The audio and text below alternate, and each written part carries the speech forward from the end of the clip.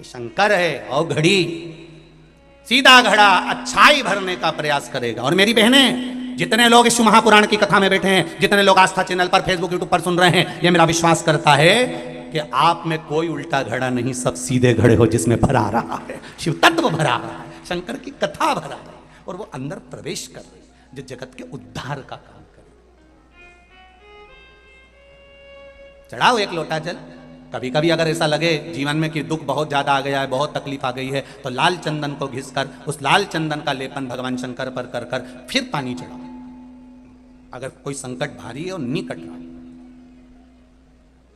जैसे किसी नारी का गर्भ नहीं ठहर रहा, 15 साल हो गए, 20 साल हो गए, 25 साल, जैसे इसने लिखा एक माता ने कि 18 साल की बेटी हो गई थी पर संतान में पुत्र नहीं, तो उसने भाव से कथा सुनी। ऐसे आपके भीतर अगर 20 साल हो गए, 25 साल हो गए, 30 साल हो गए, संतान का सुख ही नहीं है, लाल चंदन का लेपन बाबा भोलेनाथ पर करना प्रारंभ करो। पीठिका पर लाल चंदन का लेपन करना प्रारंभ करो। लाल चंदन से बाबा का श्रृंगार करना प्रारंभ करो। एक बेलपत्री पर लाल चंदन, दोनों पत्ती नीचे वाली, जो नीचे की जो 2 पत्ती होती है, इस पे लाल चंदन, और बीच वाली पत्ती पर पीला चंदन लगाकर बाबा के शिवलिंग को समर्पित करिए। बाबा से प्रार्थना करिए, रोज प्रार्थना करो। परंतु एक बात का स्मरण रहे, 25 साल हो गए, 20 साल हो गए, 30 साल हो गए, संतान नहीं, तो पहले जल से अभिषेक कराना, अभिषेक कराकर उस जल का आचमन करने के बाद हाथ को खासा करना, धोना, उसके बाद में फिर वापिस बाबा का स्नान कराओ, फिर चंदन का लेपन कराओ, फिर एक लोटा जल चढ़ाकर बाबा का स्नान कराओ। बाबा का बड़ा सुंदर भाव से लाल चंदन से जो अभिषेक करता है, बाबा को लेपन कर कर फिर जल चढ़ समर्पित करता है, निश्चित है उसकी गोदी मेरा देव अधिदेव महादेव जरूर भरता है। ये निश्चितता है।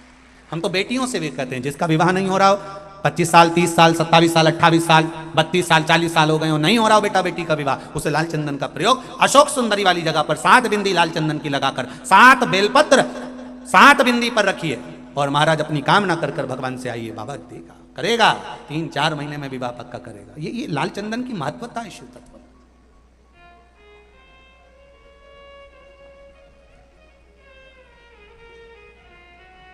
रोग बढ़ गया, बेलपत्री के वृक्ष के नीचे दीप लगाना प्रारंभ करो। बाबा से विनती कर कर घी का दिया लगाइए बेलपत्र वृक्ष के नीचे, बाबा से निवेदन करिए, रोग निवारण।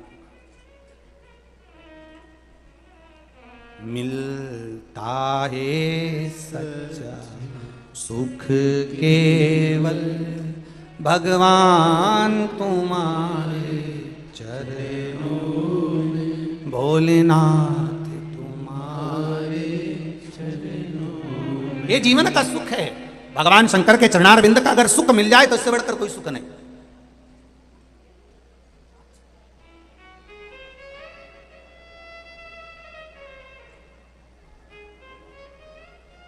चित्तवृत्ति में शिव को समाइए। विदल उत्पल ने गलत दृष्टि से माता पार्वती को देख लिया था और माता का हाथ पकड़ने के लिए आतुर हुए।